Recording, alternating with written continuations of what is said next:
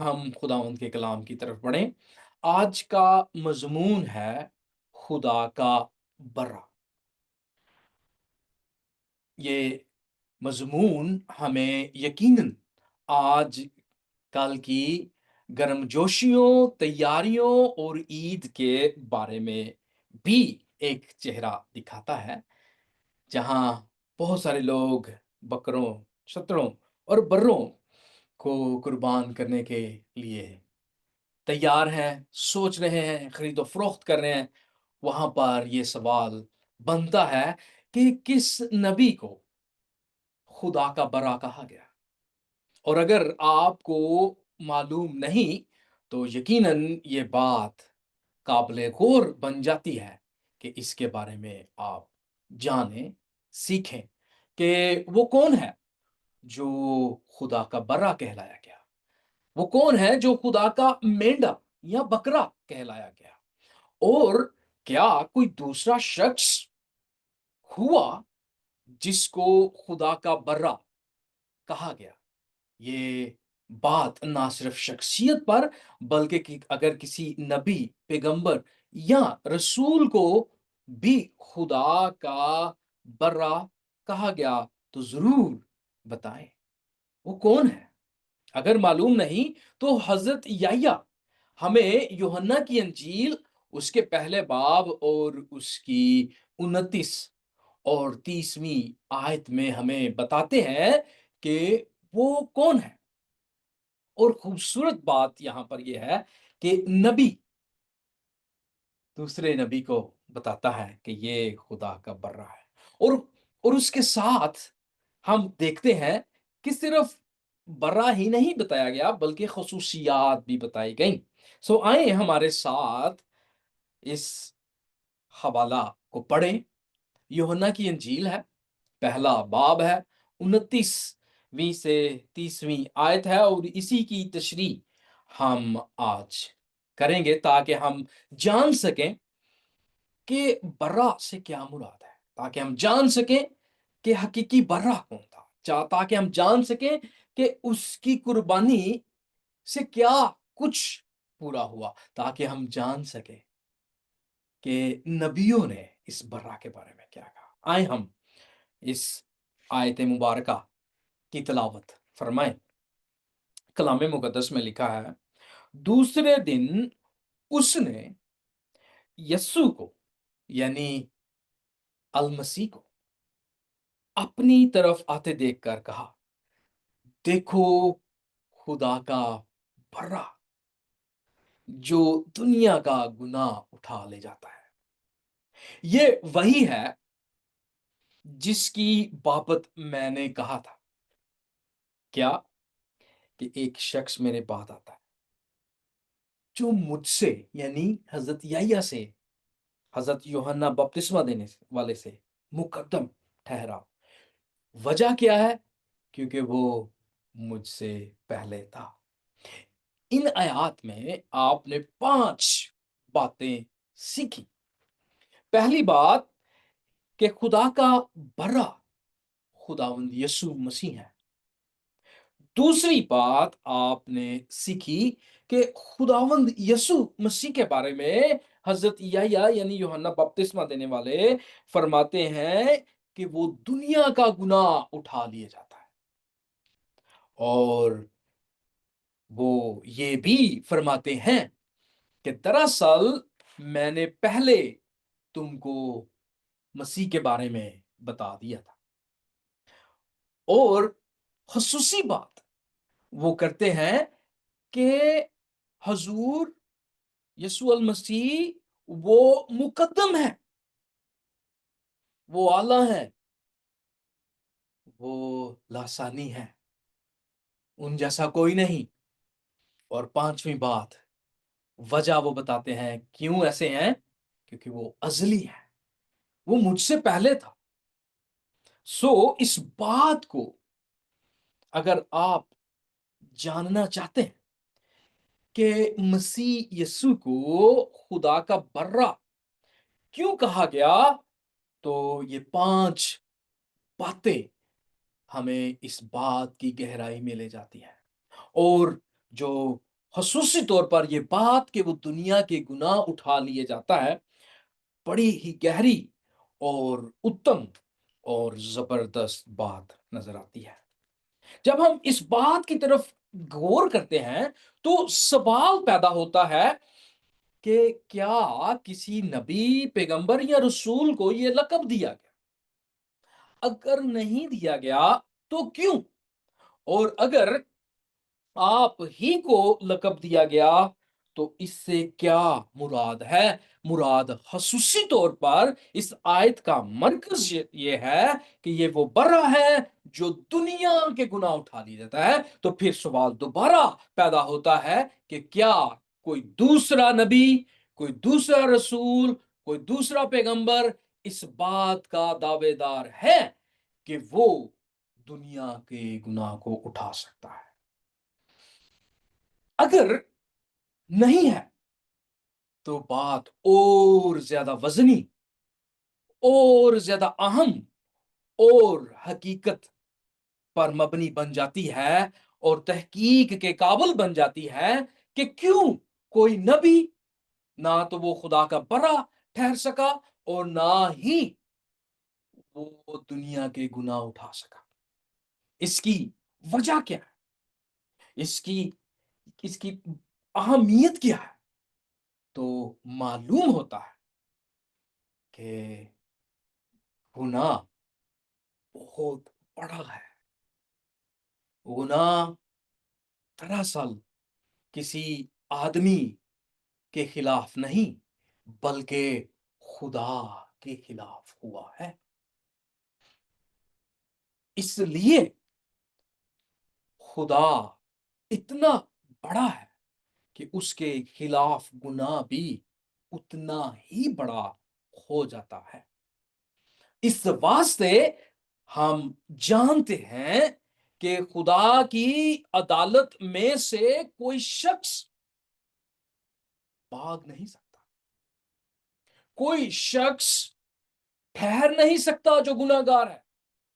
اسی لیے تو جدہ امجد حضرت آدم کو باغ جنت یعنی عدن کے باغ میں سے نکال دیا گیا، کیونکہ خداوند وہاں پر آدم کے ساتھ تھا اور اس کی نافرمانی، اس گناہ کی وجہ سے اس کو باغ جنت سے نکلنا پڑا، کیونکہ خدا کی حضوری گناہ گاروں کے درمیان نہیں ہو سکتی۔ اس کی مثال آپ کو ہیکل میں موجود پاک ترین مقام کی خوبصورت تصویر پیش کرتی ہے کہ خدا پاک ہے، اس لیے کوئی اس قابل نہیں کہ وہ خدا کے سامنے کھڑا ہو جائے اور کہے کہ میں اس قابل ہوں کہ اپنے گناہوں سے نجات حاصل کر سکوں۔ بعض لوگ اپنے گناہوں کے بارے میں بات کرتے ہیں اور کہتے ہیں کہ ہم دعا کریں گے اور خدا پاک ہمیں معاف فرما دے گا، لیکن وہ بہت ہی چھوٹا خدا کے بارے میں سوچتے ہیں۔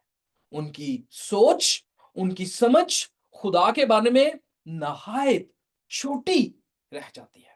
اس کی وجہ کیا ہے؟ اس کی وجہ یہ ہے کہ خدا کبھی نہیں بدلتا، اس کی خوبیاں کبھی نہیں بدلتی۔ اگر بدل جائیں تو وہ خدا نہیں۔ اگر آپ اس لیے دعا کر رہے ہیں کہ اس کی رحمت کی وجہ سے آپ کو معافی مل جائے گی تو اس کی خوبی راست بازی بھی ہے، عدالت ہے، تو آپ اس کی عدالت سے کیسے بچیں گے؟ اگر آپ کہتے ہیں کہ وہ آپ کو عدالت میں نہیں لائے گا تو پھر آپ خدا میں تبدیلی پیدا کرنے والے بنے۔ یوں اس ثابت ہوا کہ جو ایسا سمجھتا ہے وہ دراصل خدا کو نہیں سمجھتا۔ جو یہ سمجھتا ہے کہ خدا میرے لیے اپنی خوبیوں کو نظر انداز کر دے گا، دراصل وہ بت کو مانتا ہے، خدا کو نہیں مانتا۔ بت کو آپ جہاں مرضی رکھیں، جہاں مرضی فٹ کریں، وہ فٹ ہو جائے گا، لیکن خدا جو قادر مطلق ہے، جو پاک اور قدوس ہے، جس کے سامنے فرشتے اپنا منہ چھپاتے ہیں اور ڈرتے ہیں، اس کے سامنے کبھی بھی آپ یہ نہیں سوچ سکتے کہ وہ آپ کی خاطر اپنی خوبیوں کے ساتھ کوئی اوپر نیچے کرے، بلکہ اس کی خوبصورتی ہی یہی ہے۔ خدا اسی کو کہا جاتا ہے جو تبدیل نہ ہو، اور یہی خوبصورتی دراصل ہمیں ثابت کرتی ہے کہ خدا نے اپنی خوبیوں میں تغیر آنے کی بجائے ہمارے لیے برا بھیجا، تاکہ اپنی ساری راست بازی، تاکہ اپنی ساری عدالت اس کے اوپر لا دے، اور وہ مسیح خداوند ہمارے لیے خدا کی عدالت میں پیش ہو، اور اس کے وسیلہ سے جس میں گناہ نہیں تھا، اس کے وسیلہ سے جس میں کسی قسم کی کمزوری نہیں، بلکہ وہ ذکین ہے، اس میں پاکیزگی ہے، اس میں خوبصورتی یہی ہے کہ اس میں گناہ نہیں، اس لیے اسے خدا کا برا کہا گیا، اسی لیے وہ برا ہمارے لیے قربان ہوتا ہے، اور خدا کی عدالت، خدا کی راست بازی اس پر لا دی جاتی ہے، اور وہ اس کے وسیلہ سے ہمیں خدا کی رحمت ثابت ہوتا ہے۔ اس طرح خدا ہمیں ہمارے گناہوں سے بچاتا ہے، اس طرح وہ خدا کا برا جو دنیا کے گناہ اٹھا لیے جاتا ہے ثابت ہوتا ہے۔ جناب من، جب حضرت یحییٰ یہ کہتے ہیں کہ دیکھو خدا کا مینڈا جو دنیا کے گناہ اٹھا لیے جاتا ہے، تو مسیح یسوع خاموش نہیں رہتے۔ ہم اناجیل میں پڑھتے ہیں کہ آپ نے اس بات کی تصدیق کی۔ ہمارے ہاں اکثر بتایا جاتا ہے کہ جناب والا پرانی کتابوں میں ہمارے پیغمبر کے بارے میں پیشن گوئیاں تھیں، لیکن جب کہا جائے کہ کیا آپ کے پیغمبر نے بتایا، اس کا حوالہ دیا، تو کوئی حوالہ نہیں ملتا، بلکہ کیا کیا جاتا ہے، وہ پیشن گوئیاں اٹھائی جاتی ہیں اپنی طرف سے جو بنائی ہوئی ہیں، اور پیش کی جاتی ہیں کہ جناب والا یہ دیکھیں یہ پیشن گوئی تھی۔ جب اس کا سیاق و سباق پڑھا جائے تو پتا چلتا ہے یہ تو پیشن گوئی فرق طریقے سے ہے، فرق بات کی جا رہی ہے، بغیر سیاق و سباق کے لوگ پیشن گوئیوں کو اپنے پیغمبر پر منسوب کرتے ہیں۔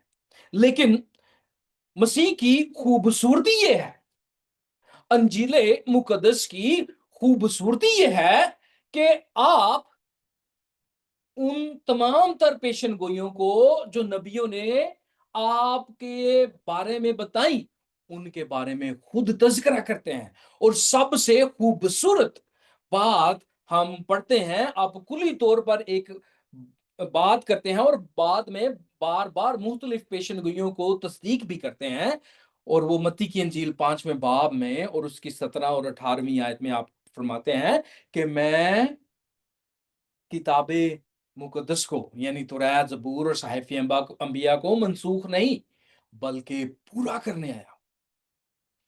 یہ حقیقت ہے، وہ پیشن گوئیاں جو ہوئی ان کو آپ پورا کرتے ہیں، اور انہی کو ہم آج سیکھیں گے کہ کیسے آپ ان کو پورا کرتے ہیں۔ تو چلتے ہیں ہم اس بات کی طرف کہ مسیح کی زندگی میں یہ باتیں کیسے پوری ہوئیں۔ حضور یسوع مسیح اپنے بارے میں یہودی ربیوں اور مذہبی عالموں